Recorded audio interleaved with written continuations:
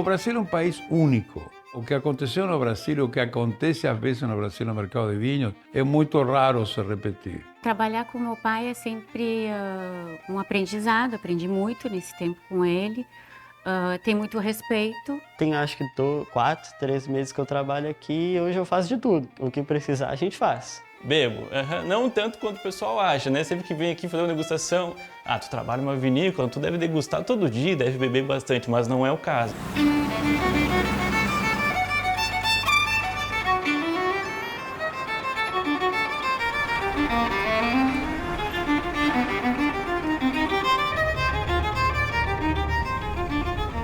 Agosto de 72, eu trabalhava no Instituto Nacional de Vitivinicultura, que é um instituto em Mendoza, que agrupa toda a política vitivinícola, a promoção do vinho, etc. Aparece no principal jornal um anúncio enorme que diz assim: empresa internacional precisa de enólogo para o Brasil. Eu vou a uma entrevista, ele me pergunta como você se chama, Adolfo Lona. Diz: Lona, você é irmão do Ernesto, que é meu irmão, que era enólogo também. Nós somos uma família de 7 irmãos, 4 homens e 3 mulheres, ou 4 homens, 3 enólogos e um engenheiro agrônomo. Aí ele me entrevista, me faz muita pergunta técnica, você sabe fazer espumante, etc. E ele me fez uma segunda pergunta que eu acho que foi o segundo ponto que eu ganhei. Por que você quer ir no Brasil? Porque eu vou com Martini. E eu sei que eu vou com uma empresa séria. Al final chegamos a Caxias, uma cidade que naquela época tinha 200.000 habitantes. Já era uma cidade grande de destaque. E eu começo a trabalhar na vinícola rio-grandesa, onde era feito o Chateau Duvalier, que era uma marca da Martini. Nunca imaginei que iria ver um brasileiro tomando chimarrão. Eu sei, deve ser um argentino que se perdeu. Um brasileiro que diga che. Claro, porque a imagem que nós tínhamos do Brasil, que era Copacabana, Maracanã, futebol, coqueiros da Bahia, isso que a gente tem, um país tropical. Quando você vem para o sul, que não tem de tropical nada, e tem muito de pampeano, então foi relativamente fácil, mas foi muito bom. Antes da gente vir para cá, eu já tinha contato com a empresa que ficava em Garibaldi. Já ia para lá, via a produção, às vezes, claro, eu ajudava bem menos, né? Em criança. Fazia algumas coisas, então muita coisa que hoje eu faço, eu já sabia fazer por causa que eu já tinha feito uma vez ou outra, tipo, esse contato com a vinícola eu sempre tive.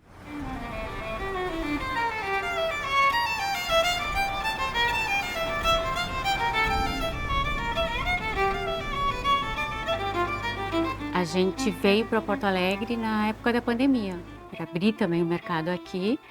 E estamos indo muito bem. É uma inovação, eu acho. A vinícola urbana em si é um conceito que ainda pode ser muito evoluído, né? Principalmente no Brasil em geral, a gente já conhece em São Paulo, Rio de Janeiro, aqui em Porto Alegre mesmo tem outras vinícolas urbanas também, que são muito amigos nossos, até tem um grupo das vinícolas urbanas. Então, eu acho que é um conceito que pode ser muito evoluído ainda e eu acho que eu fico muito feliz de fazer parte disso, né? Meu conceito de vinícola era aquela lá num campo, cheio de parreiral. Então eu fiquei, como assim? Aí depois que me mostraram tudo, eu fiquei bem interessante mesmo, que a gente conseguiu fazer uma vinícola dentro de Porto Alegre. Claro que a gente tem essas limitações, né? O vizinho aqui do ladinho traz um monte de uva, pode ser que dê problema, né? O pessoal fica curioso com o que vocês estão fazendo aí dentro, né? Então a gente chama, ó, vou te mostrar aqui, e com alguns passos, né? Já consegue ver a produção, já consegue ver o pulpito, já consegue ver as gaiolas de espumante, nossos tanques, né? Então eu acho que isso é o curioso, né? Que é uma vinícola muito acessível. E eu vou lhe mostrar a diferença entre um vinho tranquilo e um espumante. A grande diferença qual é? Evidentemente que é a borbulha, o gás que se desprende. E como que esse gás chega neste vinho? Como que transforma este vinho num espumante? Num procedimento natural que se chama segunda fermentação. A fermentação é um processo natural através do qual o suco de uva se transforma em vinho, através de um processo absolutamente natural e microbiológico. Então, eu tenho um vinho que se chama base. Esse vinho tenho de colocar açúcares porque ele não tem, o alimento da levedura é o açúcar. coloco levedura, misturo tudo isto num tanque. Esse tanque tem um misturador muito lento para não agitar demais o vinho, mas para manter a massa homogênea. Através de uma mangueira chega nesta máquina, que é uma enchedeira simples, por gravidade. Eu pego uma garrafa nova, bem lavadinha, eu coloco nos bicos. Quando desce o bico, abre a válvula, ela enche, tem um volume adequado, retiro a garrafa e vai num equipamento, que agora neste momento não está aqui, que coloca esta tampa. Esta tampa com bidule, que é uma peça de plástico que permite que as impurezas entrem nesse copo. De aqui fechamos esta garrafa, bem que parece uma tampa de cerveja, e ela vai aqui sim sofrer todo o processo que eu falei há pouco.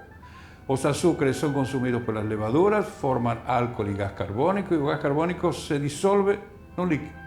Então, depois de 2 meses, isso acontece, mas depois acontecem mais 12, 14, 20 meses, através dos quais as leveduras vão maturando, vão morrendo e liberam aromas muito especiais que representam a delicadeza de um espumante método tradicional.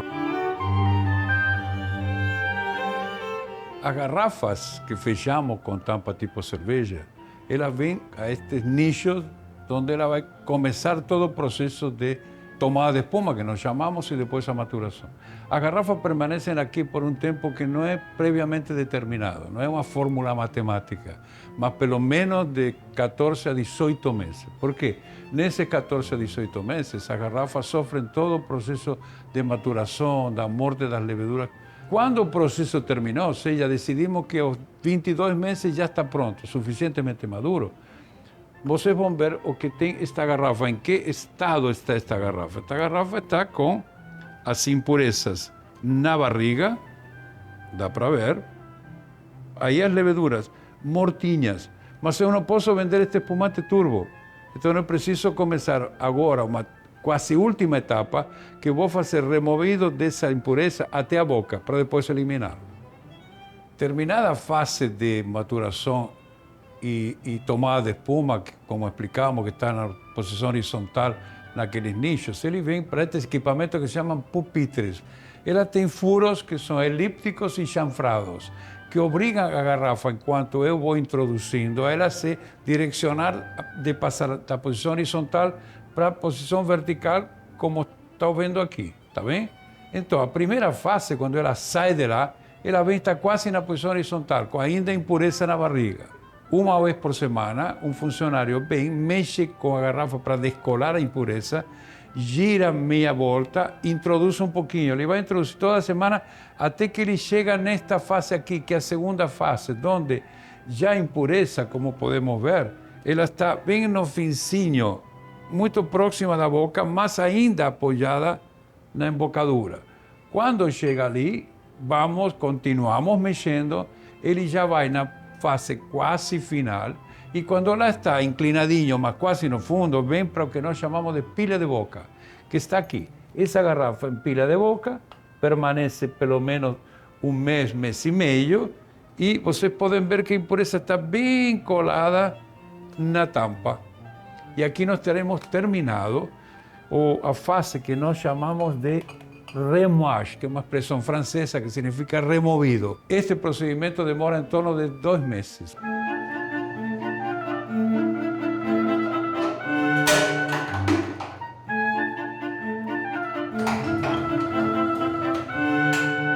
Na verdade, eu estudo administração, né? Mas desde a adolescência, como é uma vinícola pequena, né, familiar, fui envolvido aí no meio, nem que seja com 15 anos limpando garrafa já, rotulando, fazendo alguma coisa. Então foi ali que eu fui aprendendo, né? A gente tem essa responsabilidade de também aprender e levar esses conceitos de uma forma descontraída. Por isso mesmo acho que a vinícola urbana é muito relacionada a isso também, pois aqui a gente tem uma facilidade de trazer gente e transmitir essa informação juntamente com o meu avô faz desde os anos 70, né? Por que o Brasil bebe ainda 2 litros e eu cheguei aqui há 50 anos? Eram 2 litros, agora continua sendo os mesmos 2. Claro que naquela época eram 70 milhões, lembra? A famosa música, 70 milhões de nação. Agora somos 220. O volume de vinho cresce, mas o consumo per capita não cresce. Aí teve o fenômeno da mulher. São as mulheres que impulsionam o consumo de espumante neste país. Você vai a Porto Alegre, Rio, São Paulo, encontra grupos de mulheres sentados numa mesa de um bar, de um restaurante, bebendo espumante. É leve, fácil de beber. Ele tem outro detalhe importante, é que devido ao gás carbônico, o primeiro gole de vinho, o primeiro gole de espumante, o de espumante faz efeito mais rápido, porque o álcool circula por conta do gás carbônico mais rapidamente no fluxo sanguíneo. Por isso que a gente toma um golinho de espumante e fica todo mundo solto. Não é porque está bêbado, mas essas miligramas de álcool já vieram para cá e te soltaram. Então ela muda os hábitos do seu marido ou do seu companheiro e ela bebe absolutamente sem nenhum tipo de preconceito. Ou seja, o consumo de espumante é o único que cresce. E tem mais um detalhe. Se você compara a participação do vinho nacional importado no mercado, 80%, quase 90% do vinho que se vende neste país é importado e 10% nacional. No espumante ao contrário. Esse é o grande fenômeno que acontece, graças a Deus, no Brasil.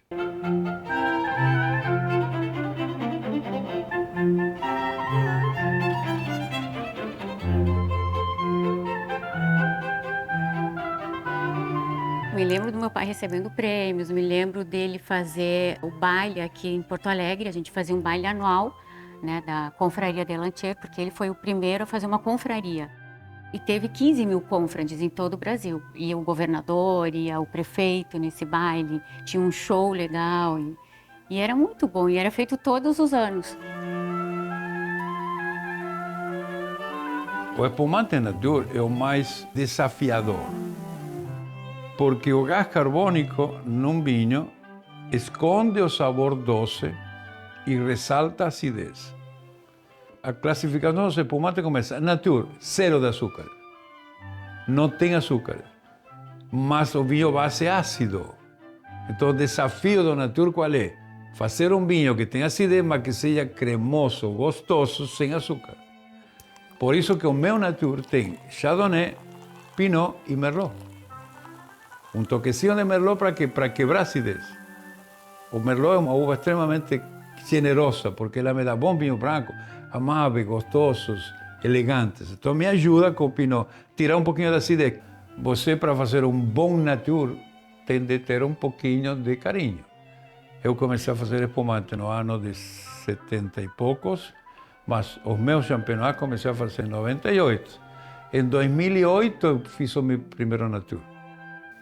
Agora, como o consumidor de vinho e espumante é um consumidor progressivo, cada vez melhora seu paladar, cada vez se aprimora mais, o natur é o caminho de quem bebe espumantes.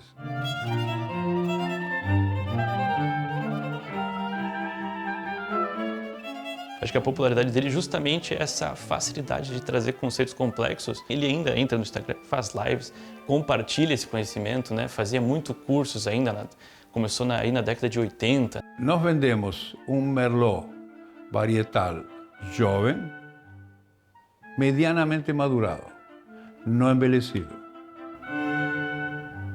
Porque me dirijo a, primeiro, um preço mais acessível, segundo, um vinho mais fácil de beber, e são vinhos mais para o dia a dia. Então, agora, todo pequeno grau de maturação sempre faz bem. Se você acaba de comprar um vinho, você guardar deitadinho, bem guardado, 6 meses, só vai fazer bem. Mais do que isso, você vai estar provocando uma mudança nesse vinho. Que se ele era mais jovem, você está provocando levá-lo para velho. Você gosta disso? Então vai. No caso do Barão, que é o nosso último vinho, esse matura e envelhece, porque a proposta é oferecer um vinho mais ao estilo tradicional, mais ao estilo europeu. Ele foi diretor da Delantier, então ele fez vários vinhos que têm nome até hoje, o de Greville, o Barão Delantier. Eu me lembro que isso fez muita fama, né? Quando ele saiu da Delantier, meu pai já tinha um nome formado aqui no Brasil, como um enólogo, né? Um bom enólogo. Vinho, Barão, enorme. O enólogo não é agrônomo e nem tem a obrigação de ser agrônomo. Mas ele tem que ser obrigação de entender como a videira trabalha e quando ela dá bons frutos. Vamos pegar uma garrafa, também olhamos. O produto está totalmente associado à uva. não tem como dissociar. Se a uva era verde, vai ser mais ácido. Se a uva é mais madura, vai ser menos ácido, mais alcoólico. Se o DNA do meu vinho é o vinhedo, como que eu vou ficar longe do vinhedo? Como que eu não vou cuidar do vinhedo? Como que eu não vou me enterar em que momento tem que ser colhida a uva? O vinhedo é uma trepadeira. É uma planta absolutamente maravilhosa, mas é sensível. Se você exige demais, ela não tem força para alimentar e os cachos não vão ser bons. Se você alimenta de menos, ela fica com energia sobrando. Esse equilíbrio é fundamental para que a uva tenha os seus componentes equilibrados para que o vinho resulte equilibrado. Uva corretamente madura, sadia e colhida no momento certo e processada rápido. Então, tudo isso tem de estar ligado. Eu dependo da uva. Com uva ruim, eu não faço vinho bom. Com uva boa, posso até estragar. Agora, não tem outro jeito. Por isso que o enólogo está amarrado ao vinhedo como está amarrado à sua cantina. A gente degusta para analisarmos mais o vinho do que assim o prazer em si, né? Mas claro que como eu vou e minha família, como o vinho está envolvido, então tem também esses momentos, né, de felicidade só, sem descontraído, sem ter que estar analisando o vinho, né, suas complexidades.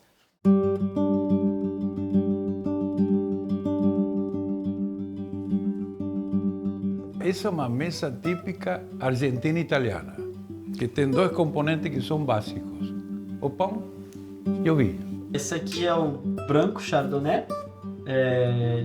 desenvolvido pela Lufulona. Ele é mais suave, ou seja, tu pode conseguir tomar ele comendo mais fácil, desce melhor e, na minha opinião, é o meu favorito. Importante é a participação. Quem fala, quem traz sugestões é porque está ligado, porque está atento, porque está, digamos, integrando a empresa, suas atividades. É muito bom trabalhar em família porque, primeiro, tem um ambiente de absoluta confiança, que isso não é assim tão fácil. Trabalhamos num ambiente bastante leve. Eu vivo brincando com eles comigo, porque isso também é gostoso. Ou seja, você passa uma boa parte da sua vida trabalhando, enfrentando algumas vezes problemas que são difíceis. A melhor forma de você superar um problema é estar num ambiente acolhedor, um ambiente que você se sente também protegido de certa forma. A mais confiável é a Annie.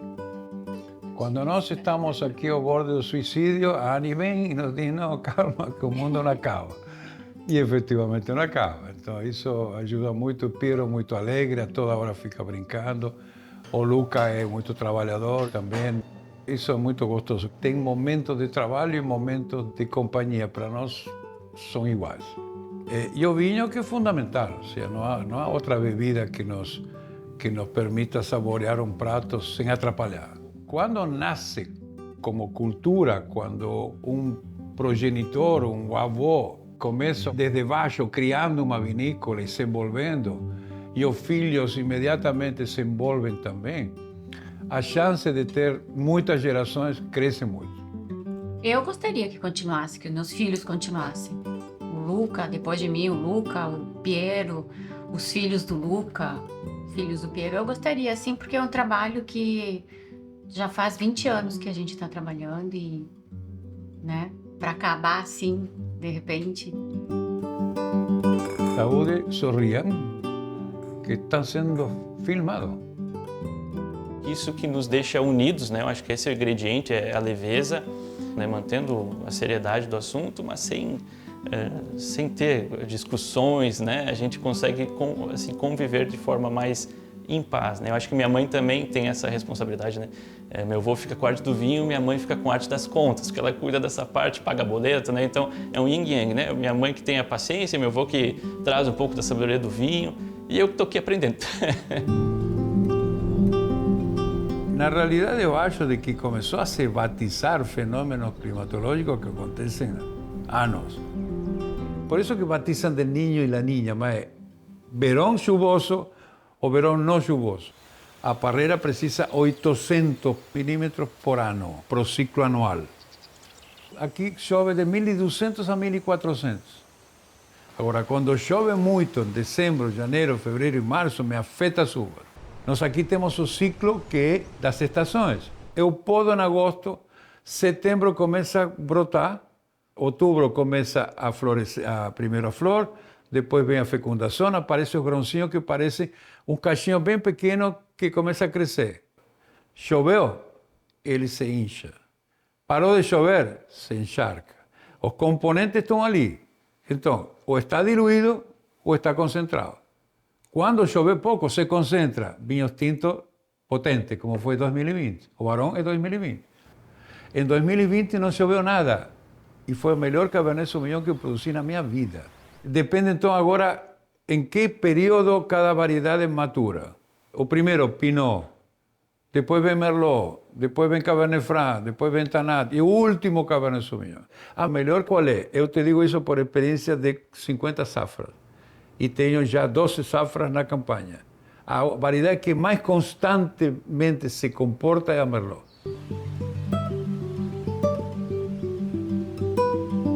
Este ano vou vinificar um Tannat. A variedade Tannat na campanha é fantástica como se comporta. É maravilhosa. Nós podemos fazer um Tannat o melhor de Sudamérica. A mudança climática vai ser muito ruim para alguns e pode ser boa para outros. Vai mudar a característica. Quando chove muito, o seu vinho não pode ser encorpado. Vamos ter nos acostumbrar a fazer vinhos um pouco mais leves, menos alcoólicos. Porque eu não posso mudar isso. Não tenho como mudar. Eu acho que essa é um pouco a saída. Ano bom, vou encher de vinho tinto. E dos melhores. E ano ruim, vou fazer vinho jovencinho para vender rápido, barato, para me livrar dele, para dar espaço. Vou fazer vinho rosé, que está na moda, vou fazer vinho branco com uva tinta. É por ali porque não tem como mudar.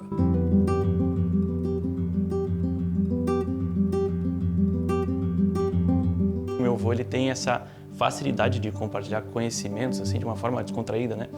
Então ele consegue entrelaçar o senso de humor dele com a sabedoria, a experiência que ele tem. Olha, gostaria muito que viessem aqui, né, conhecer a vinícola, conhecer meu avô e aproveitar do que a gente tem o melhor para oferecer. Nosso plano para o futuro, crescer no mercado, né, avançar, sempre com qualidade e estar cada vez mais na mesa do brasileiro. Nós estamos ainda muito incipientes. Pensa que nós temos quantos anos de viticultura? Eu diria que viticultura racional, da década de 70, quando vieram as multinacionais, começaram a trabalhar algo. Então, o que nós temos? 50 anos, 60 anos. Para uma viticultura de 50 anos, você vai querer o quê? Que esteja tudo definido? Não. Agora, importante que cada região tente descobrir qual é a variedade que melhor se adapta. E será esse um pouco, digamos, o mapa das variedades nesse país. Você abrindo a extensão de uva, abre a cultura do vinho. Donde tem vinhedo, tem cantinas, donde tem cantinas, o povo se contamina com isso, bebe vinho que antes não beberia. Mais gente bebendo vinho.